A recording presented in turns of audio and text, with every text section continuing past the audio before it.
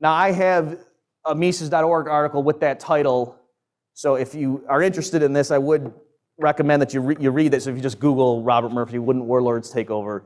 It'll be one of the top hits. Walter Block has told me, I don't remember his exact words, but something like, this is one of the single best pieces on private military defense he's ever read. And I kind of have to agree with him. It's really, you remember the scene from A Christmas Story when little Ralphie's reading his essay over? He's like, oh, wow, that's great. That's kind of how I felt reading this.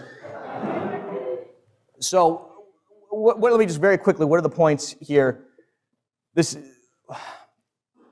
What you need to do is compare apples to apples, right? So, yes, it is possible, and we've seen historically, there can be regions where there's no state and a libertarian utopia doesn't emerge next Tuesday, right? That's clear, that happens. So no one's making the claim that anytime you have the absence of a state, all these market forces are going to kick in and everyone's just going to have these voluntary, peaceful society just pop out. But the point is usually where we see this happen is a region that used to have a government that descended into civil war. And that's why it's the mess it is now. So it's not that the people had a government and then they were all reading Rothbard and said, oh my gosh, and then their government just dissolved away. That's not what happened.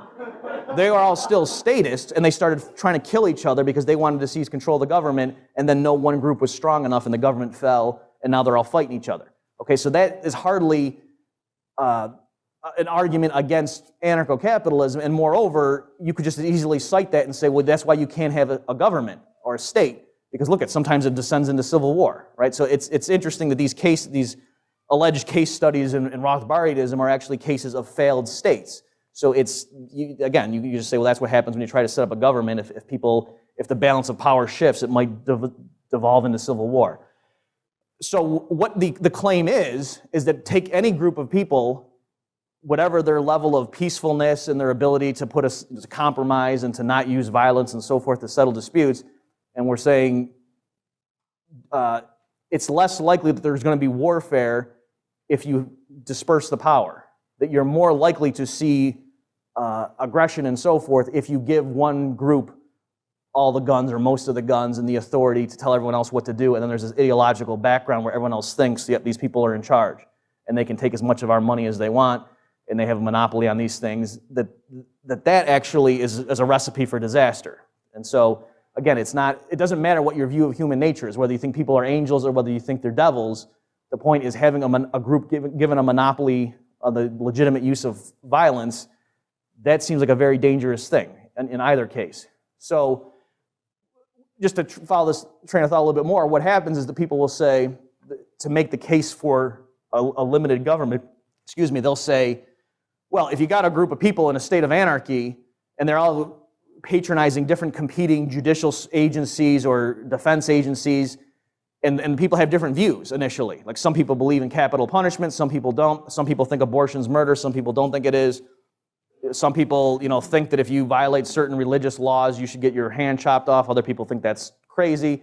So you got all these people in a pressure cooker, and if you just had anarchy, the way you guys are talking about, they would just be duking it out, and perhaps as a matter of prudence, you're right. Maybe the agencies wouldn't necessarily be shooting each other all the time, but there would be no rule of law. It would just be real hostile, and it would just be groups always at each other's throats, and maybe just not attacking out of prudence. But that's not the kind of world I want to live in. Instead, let's form a government where we all agree, yet we have these different viewpoints of what the just society looks like, but let's have periodic elections, and we all agree we're not going to contest it. As long as it's a fair election, we all abide by the rules, we're going to elect a government to implement these views, to try to build a consensus.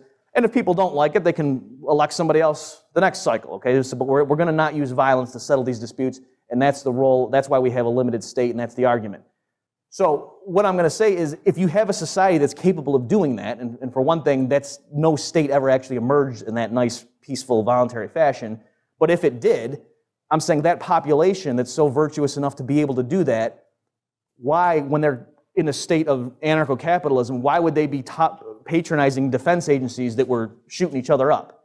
If you're willing to say, yeah, I realize I have fundamentally different views from you, you think abortion's fine, I think it's murder, but I'm not going to physically attack you, let's vote and try to settle it at the ballot box.